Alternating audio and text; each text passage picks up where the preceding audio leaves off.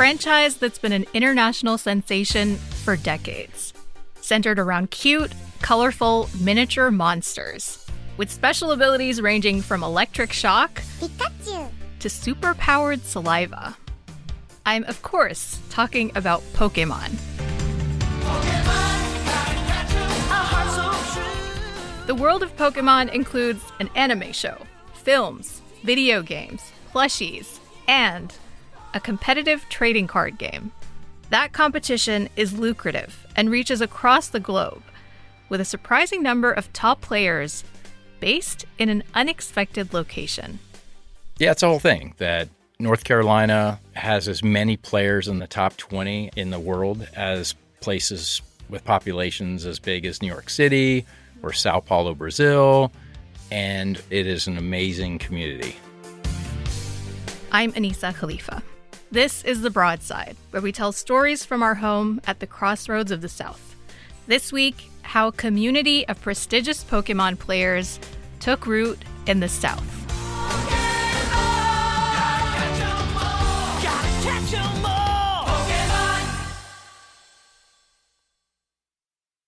At Arizona State University, we've made online education better, smarter, and more personalized so you can go further in your aspiring field. I decided to pursue medicine once I realized that ASU did have the online program for biological sciences. You're still required to learn the same curriculum. You're still being tested on the same content that anyone would be tested on in person. The comprehensiveness of the program prepared me so well for medical school.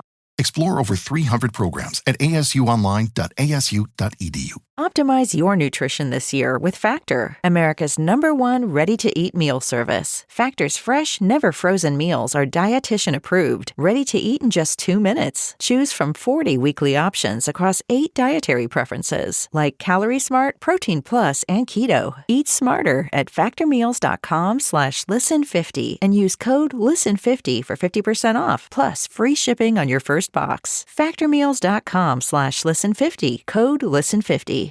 Craving your next action-packed adventure? Audible delivers thrills of every kind on your command, like Project Hail Mary by Andy Weir, where a lone astronaut must save humanity from extinction, narrated with stunning intensity by Ray Porter. From electrifying suspense and daring quest to spine-tingling horror and romance in far-off realms, unleash your adventurous side with gripping titles that'll keep you guessing. Discover exclusive Audible originals, hotly anticipated new releases, and must-listen bestsellers that hook you from the first minute. Because Audible knows there's no greater thrill than the one that speaks to you.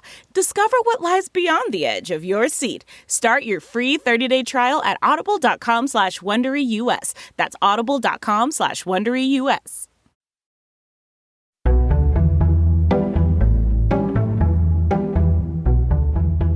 Okay, so fill in this sentence for me. Pokémon is blank. Pokémon is a worldwide phenomenon. It is a network of children and parents that the average person doesn't even know exists, but it is everywhere if you go looking for it. Storms Reback is a freelance journalist based in Durham, North Carolina. He recently wrote a piece about Pokémon for The Assembly, an online news outlet. Specifically, Storms dug into Pokémon TCG. Pokémon TCG is Pokémon the trading card game, and the card game is ridiculously complicated from my perspective. Now, we're not going to break down the rules of the trading card game because, to be honest, a lot of it goes right over my head. Storms is a former professional poker player, and even he gets lost. Playing a hand of Texas Hold'em is easy compared to... Really? You've got, 5 communal cards and you've got 2 cards in your hand. How hard can that be? In Pokemon, you have 60 cards in your deck. You have to constantly read them and swap them out. But he says, for some people, it comes naturally. Somehow, 10-year-olds seem to master it pretty quickly. For his story, Storms focused on some of these younger players based in North Carolina. Players who've helped build a strong community around the game and who've gotten really good along the way. There's a really rich culture of great Pokemon players in the state. One of those great Pokemon players is 18-year-old Caleb Rogerson. And Caleb playing the Charizard Pidgeot deck. He likes to search out cards. And he is currently ranked number 7 or 8 in the world. Wow. Yeah. We have our winner here in round 5, Caleb Rogerson, getting the job done with that Charizard. How old was Caleb when he started playing? I think Caleb was 12. And so he actually started kind of late. Late? Wow, are they like Olympic athletes? Well, I mean, the juniors, you'll have 6 and 7-year-olds out there, trying to play. Okay. Yeah. And then there's 15-year-old Nathan Osterkatz.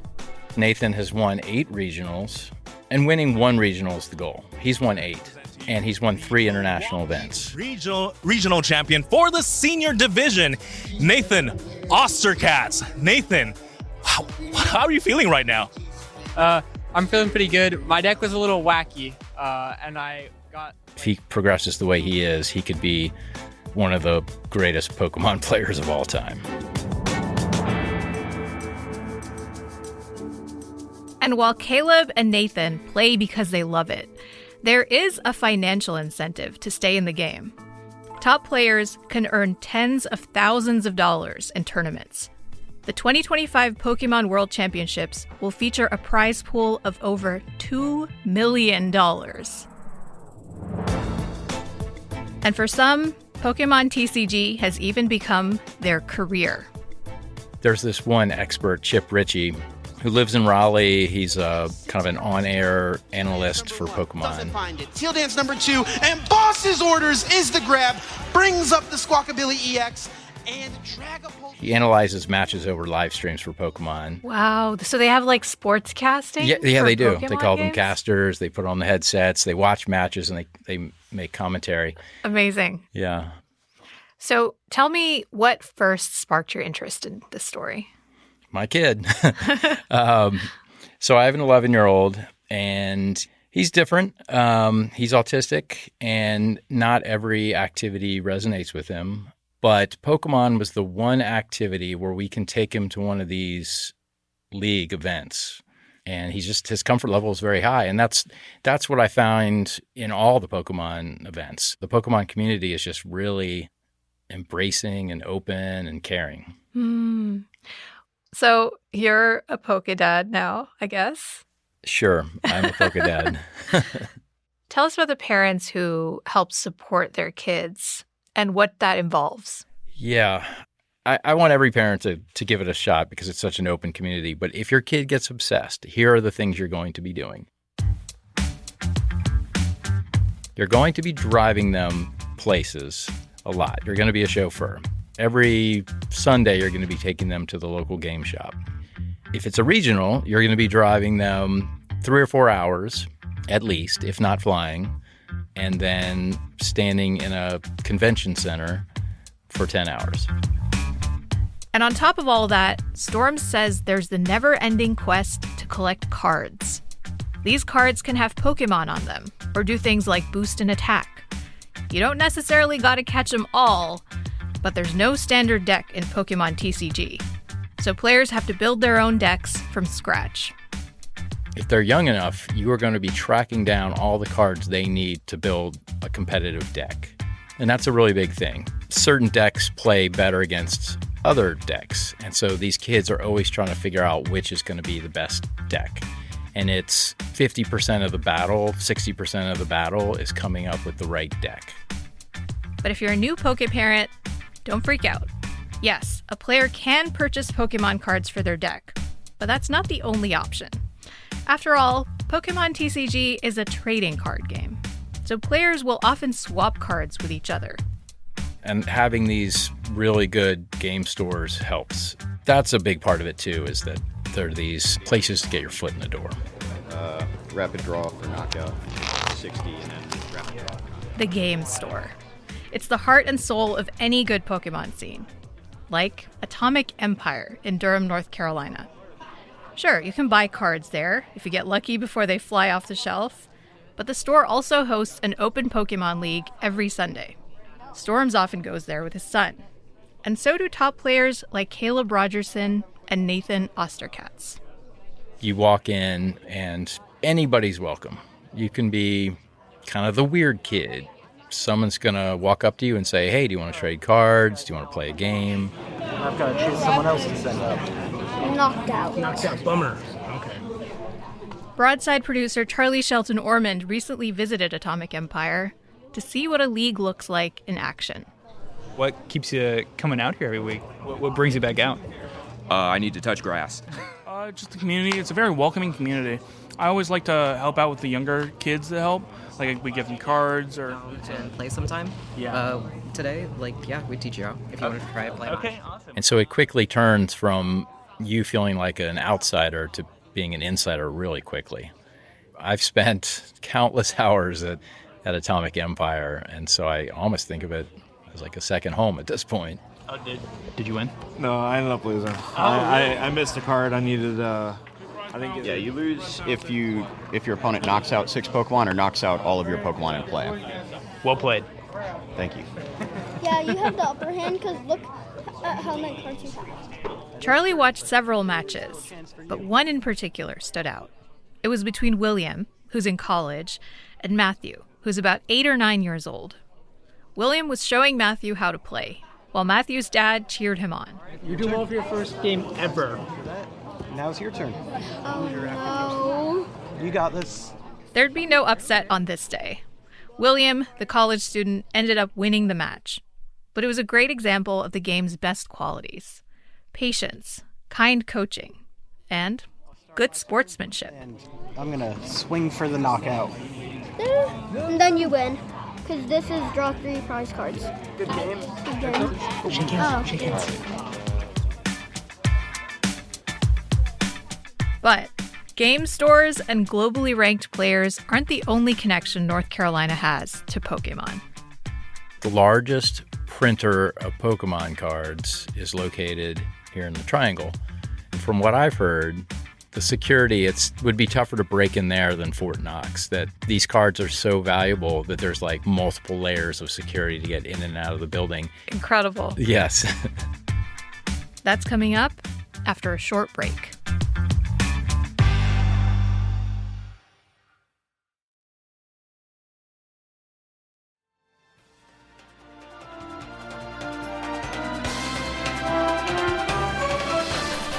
Pokémon is a global brand with deep roots in Asia. It's partly owned by Nintendo.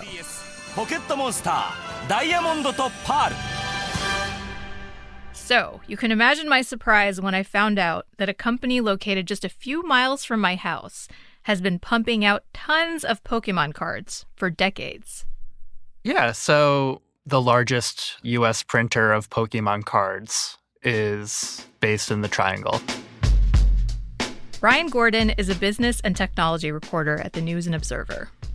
There's a number of facilities in North Carolina, most of which are right around Research Triangle Park in Raleigh, Morrisville, Durham. The company Brian's talking about is the Millennium Print Group, which in very small text on their website says it's a Pokémon Company International subsidiary. And so it's not just a company that supplies or contracts with Pokemon, but it literally is part of the Pokemon Company. So how many cards do these facilities actually print?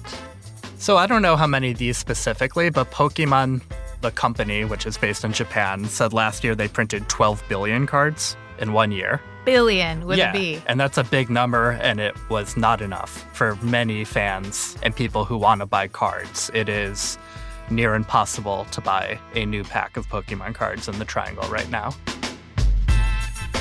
Like any good reporter, Brian did some investigating himself. A few months ago, he stopped by a Walmart to see what he could find.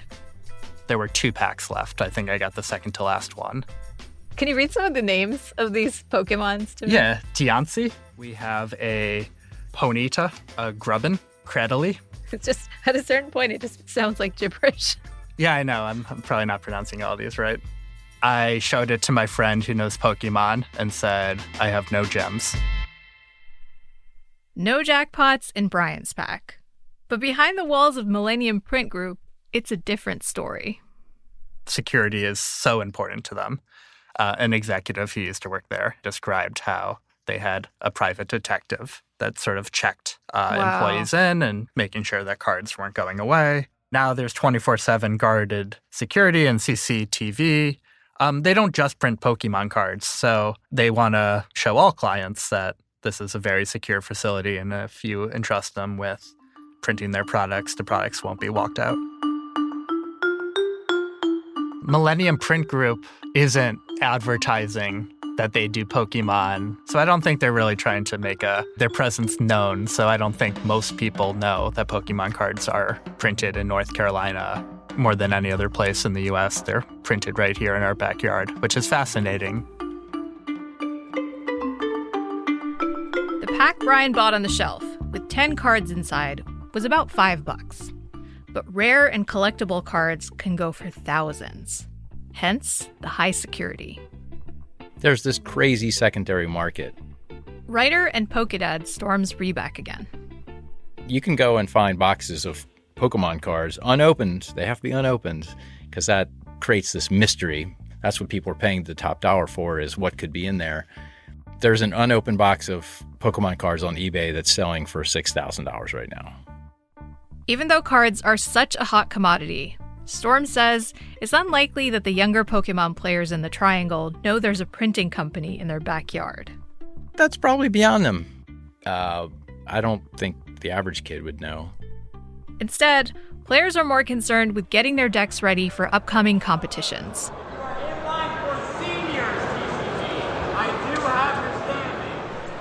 This spring, Storms traveled with his son to Atlanta for a regional tournament. It was going to this regional in Atlanta that sort of opened my eyes to, wow, this is an entirely different thing. There was over 3,000 people there. You know, people had it on their calendars for months in advance. You have to rent hotel rooms. Some people flew there. Walls are lined with vendors selling stuffies and everything you can imagine Pokemon related. And then these kids are playing for 10 hours a day. You could have the best card, but if you barely know how to play it, it's not as good as this card. I probably could have scooped an earlier game too when I lost. All right, it's on me. Do the same out. There was just such an incredible swath of humanity was there. Countless people had dyed purple hair. Kids were cradling their stuffies. It felt like Comic-Con. Half these people were players, but the other half were just fans. They were just people who wanted to come and hang out in this environment all weekend. And I really feel like they did that because they felt comfortable there and safe there. So now that you've become immersed in this world of Pokemon with your son, what are your biggest takeaways around the game and its culture? It's a pretty magical world. It's inviting, and it's created this acceptable world for kids who might not find their place in other pursuits. That it's not about playing football and being a cheerleader anymore, that there's a million different options that kids can embrace. And Pokemon is legitimately one of them. And Nathan and Caleb, I don't know what else they would be doing that they could be 1/10 as good at as they are at Pokemon. And in that world, they are rock stars. What's next for Nathan and Caleb? A world championship for both of them, hopefully. As hard as that is, it would not shock me. What about for your son? Is he going to keep playing, you think? So his interest in it isn't on the same level as theirs, and I don't want to put any pressure on him. I just think the fact that he loves it and is interested in it is great, and I'm going to support that. Yeah. You don't have to win to enjoy it and to find it valuable. Exactly. Right? There was plenty of people there that weren't going to win in Atlanta, and I saw lots of smiling faces. What's your favorite Pokemon? Squirtle. Would you like to come along with us, Squirtle? Squirtle.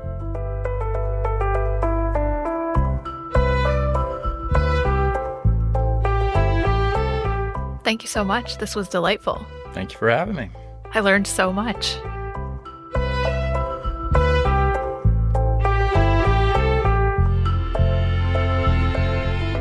This episode of The Broadside was a co-production with The Assembly. If you'd like to read Storm's Reback's article about Pokémon at their website, we've dropped a link in the show notes. Charlie Shelton Ormond is our producer. Jared Walker is our editor. Our executive producer is Wilson Sayre. The Broadside is a production of WUNC North Carolina Public Radio and is part of the NPR network. If you have feedback or a story idea, you can email us at broadside@wunc.org. If you enjoyed the show, leave us a rating, a review, or share it with a friend. I'm Anissa Khalifa. Thanks for listening, y'all. We'll be back next week.